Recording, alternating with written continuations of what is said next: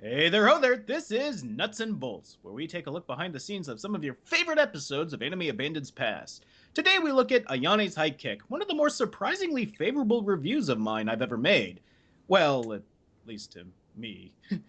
I remember very distinctly going over the script with you, and you were just sitting on your hands, just like, yes, yes.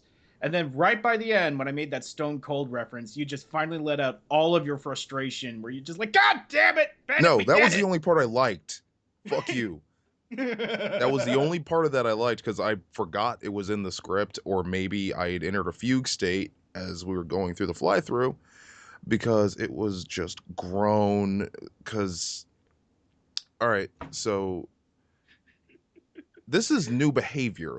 Bennett was just like retired from wrestling fandom forever, and then all of a sudden and out of nowhere it comes back with a vengeance, like so much fucking herpes breakout, and it just wouldn't stop. So the agreement was like, okay, this is great, just get it all out now.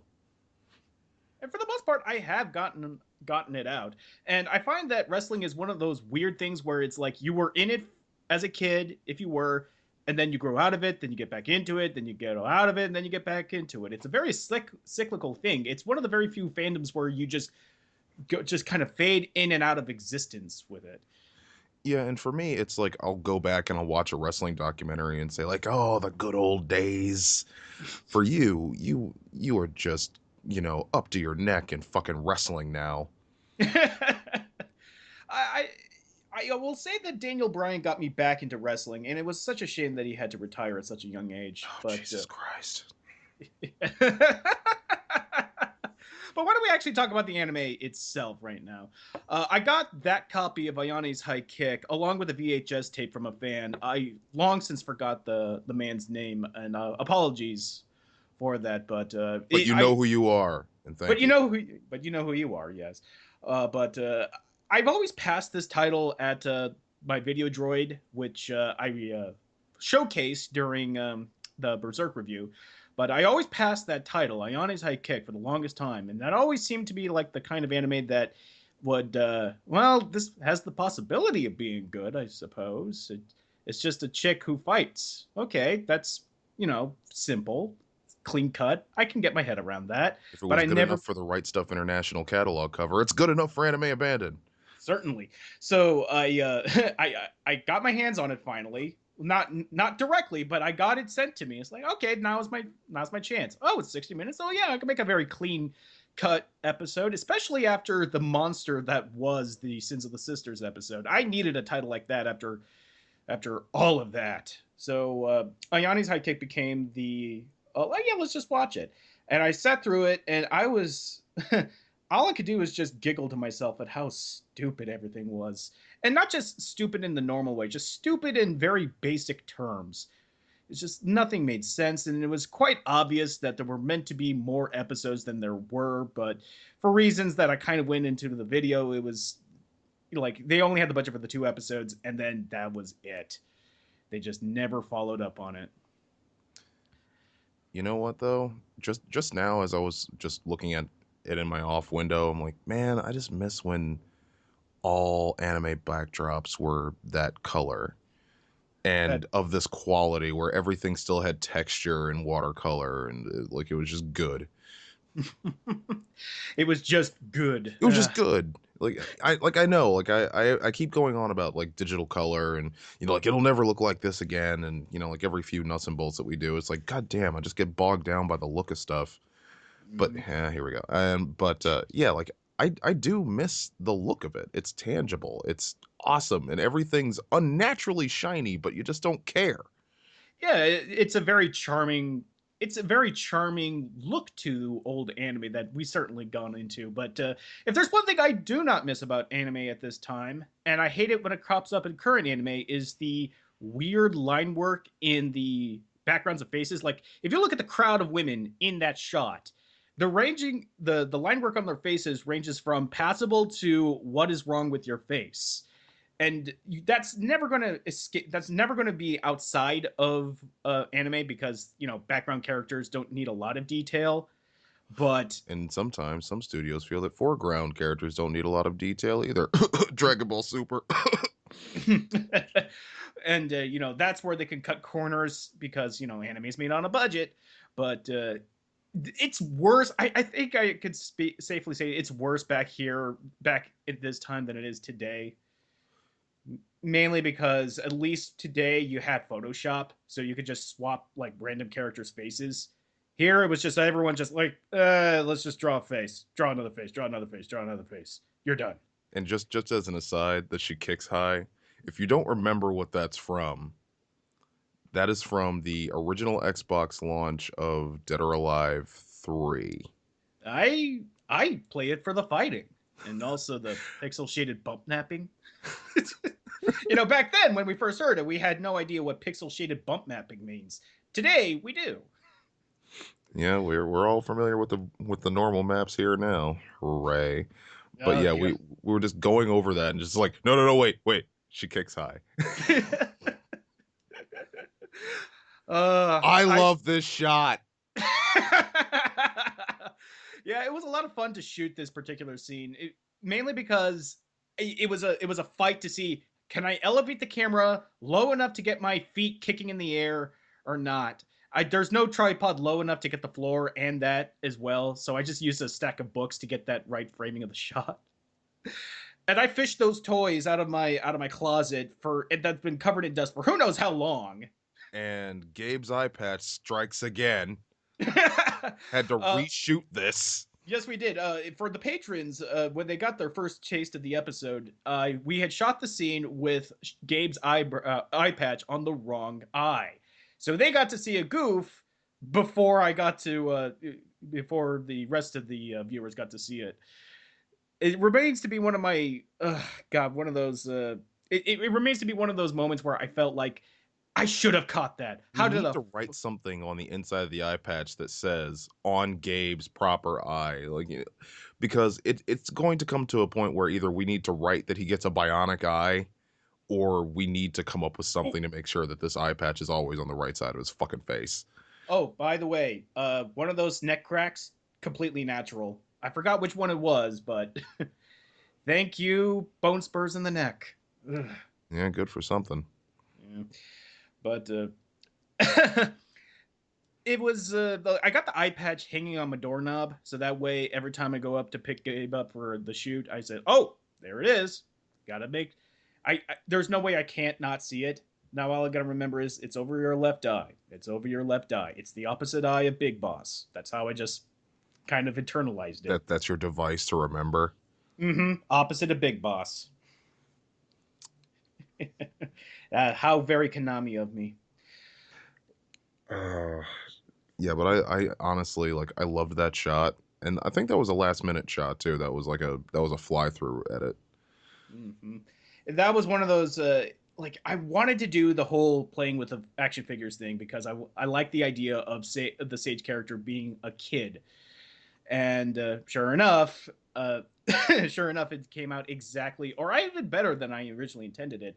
And for all sake of transparency, Gabe is also into wrestling too. So that whole like, hey, I like wrestling. Can I play? That was completely natural. Yeah, but it was I who suggested that you scream at him to go away. Yeah, and calling him Nature Boy, which I mean, like everyone knows Ric Flair is the Nature Boy, but I was wondering if anyone would pick up on the fact that Gabe, in the Reviewniverse, as it were, lives out in the park.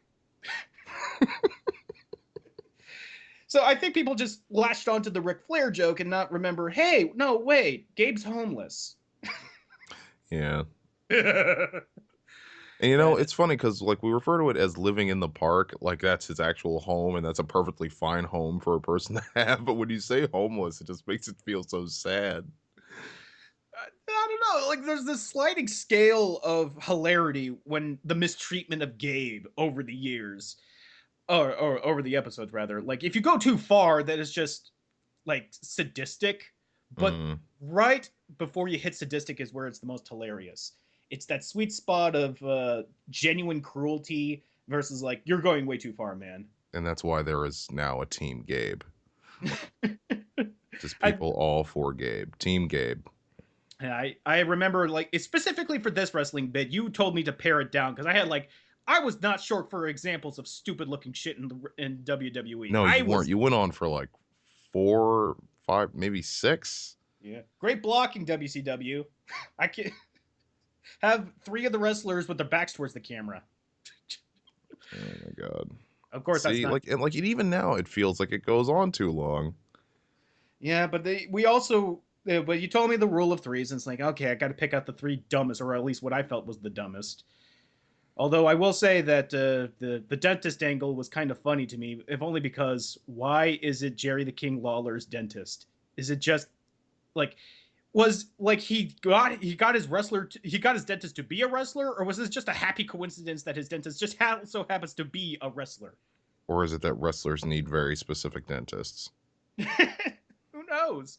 I certainly don't know how long it's been since Lawler went back into the ring. Oh, I wish I could have gotten a better. You'd think there wouldn't be any shortage of good Ultimate Warrior clips for that particular instance, but I was because I didn't want to use a clip that anyone else in the review universe has made. But they, after 4 different reviews of the Ultimate Warrior comic, you're kind of short for fresh clips. Yeah, So which is why it is. You know, sometimes you struggle to be so different that you just massively inconvenience yourself, and you like screw it. Overlap is just gonna happen. Simpsons did it. You know. yeah, that's a prime example of that. Now, this was one of the major sticking points of stupidity that the anime, you know, exhibited to me. How in the world did she not know that she was being prepped for kickboxing? If she honestly thought that she was going to be a wrestler, as soon as she got the boxing gloves on her, shouldn't she know? Like, are you that dumb about not? Are you that dumb about wrestling, let alone professional kickboxing?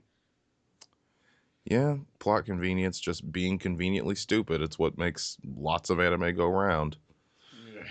But the thing was, like, the convenient stupidity angle, I could somewhat buy from like a kid's anime, but this is definitely not a kid's anime. I mean, there's no graphic nudity or anything. There really isn't even all that much blood. I don't know. I But mean, like, what sort of precedent does this set? Does it just say that like Japanese girls are easy to trick? or no, because well, her friend is the only bit of actual legitimate like a legitimate concern and actually exhibits a good head on her shoulders, even though Ayane just completely ignores her. And so does the anime. Now that I think about it, who knows? Maybe she was supposed to have a bigger part in the other 4 episodes that we never got to see. Man, Olga Gerlukovic took a huge. Damn it! All right, what's that Japanese word for when you kick somebody in the back of the head? Like, there's a particular word. Etsuguri. Etsuguri. Took a massive etsuguri right there. There's a word for that? Yeah. For some reason, Michael Cole just screams that out instead of saying like a kick to the head or like a rabbit kick. He just goes, "Oh yeah, etsuguri right in the back of the head," as opposed to an etsuguri to the to the gut. See, I just my head's just full of far more important information than that. I mean, now I know that, and I've forgotten something that I'll need later. Well, it's such as the life of a nerd. As a nerd, your head is filled with useless trivia. You don't mean to accrue all this information, it just happens to you over the natural course of being a nerd. You just learn about what you're passionate about. Yeah, but why does it have to be that? Specifically, as you're concerned, why does it have to be that? Well, you're always the one who told me to donate my brain to science at some point, hopefully after I die. And I've kind of come to terms with the fact that you sometimes look at what I'm capable of with the sort of like, that's just how he's wired. Like you just kind of come to terms with it. But every so often, I say or do something where you you're flabbergasted. Well, yeah, that's the entirety of this review, where this review could have gone completely different. It could have, but But it is just you in your underoos on a Saturday morning eating cereal, watching Saturday Morning Raw or something like it, like whatever it was called in the 90s when it was oh, on Saturday mornings and the mat was still blue. that was before even my time, but no, yeah, this was the bit. This was the bit where you were just like, "Oh, for fuck's sake, Bennett!" or "For fuck's sake." Yeah, And I because it's just like how much review can we cram in between all of this wrestling crap? and granted, I feel like, like there is a lot of wrestling jokes, true, but I think this is all stemming from the fact that I have yet to review a wrestling anime. And it's not like there is a lack of wrestling anime. I just haven't really gotten to it. And it's not like the jokes aren't there, because they are. Oh, and I skipped over like half this episode because pretty much the entire last episode is just this fight. And it's a boring ass fight. It's like, I call it Mayweathering, and it really is like a Mayweather fight where he just like blocks, he plays defense, and he just, nobody can get a good shot in. So it's like 4 rounds of him just turtling up. It's a boring ass fight. And right about, I think this is the point where the anime just goes completely off the rails. There is no coming back from just why did it have to end in such a stupid way. This whole like, oh no, sure, her eye bled a little bit. Let's cancel the fight. I don't know. I mean, when it's Batman, that shit's amazing. This does feel like WWE booked it. Like Triple H got a little nick and he called off the fight. See, you're doing it again.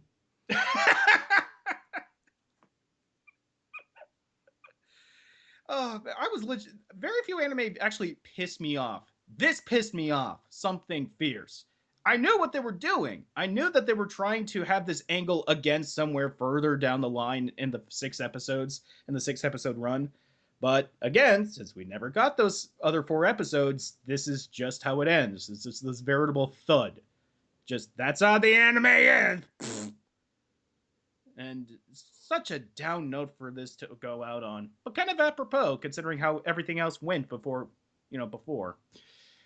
I think why this actually pissed me off the most, though, like what like really got to me, was the fact that this could be good. Nothing pisses you off like an anime that could have been good.